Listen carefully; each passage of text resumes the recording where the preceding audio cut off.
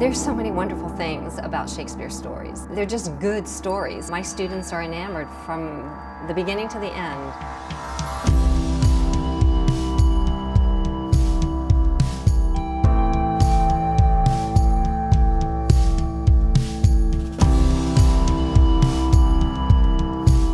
No student or teacher can understand a scene from Shakespeare in isolation. You have to see how that scene fits into the whole story. The way I use storytelling in my classroom is to set up scenes. We've used whooshes in class to review the entire story after we've gotten close to the end, as well as to introduce the story to students who are unfamiliar with it.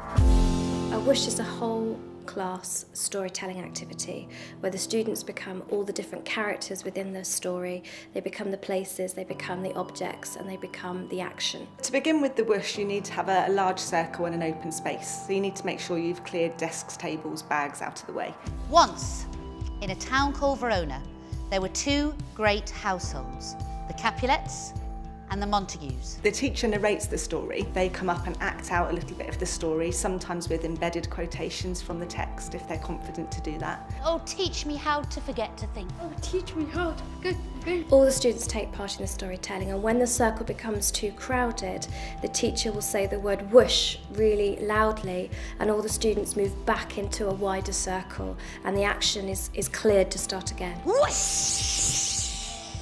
On the other side of the town lived the noble Lord and Lady Montagues. My students love doing a whoosh. They think it's the best thing in the world. It's really fun because sometimes a boy's chosen to do a girl's part and a girl's chosen to do a boy's part, or sometimes they're a tree, and they really don't care what part they get. They just love getting up on their feet and being a part of making that story. They danced, they practiced with their swords. They were Verona's finest.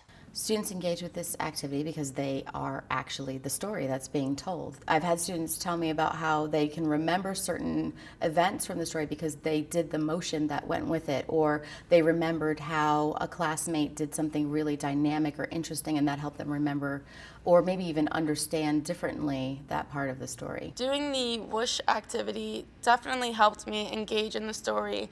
It made me vicarious. I put myself in my character's shoes and I felt what they felt. When Romeo saw her, his heart beat loudly in his chest. And he longed for her. However, she did not return his feelings. Yes, indeed. Using a wide range of explorative strategies in the classroom is essential to high quality learning for the students. I think that it takes the classroom away from the worst experiences of challenging texts and the exploration of Shakespeare, and it takes it into an experience where they are physically connected, emotionally connected to the characters, to the language, to the space, and I think that the outcomes of that are just so much more exciting. I think that it enables risks to be taken.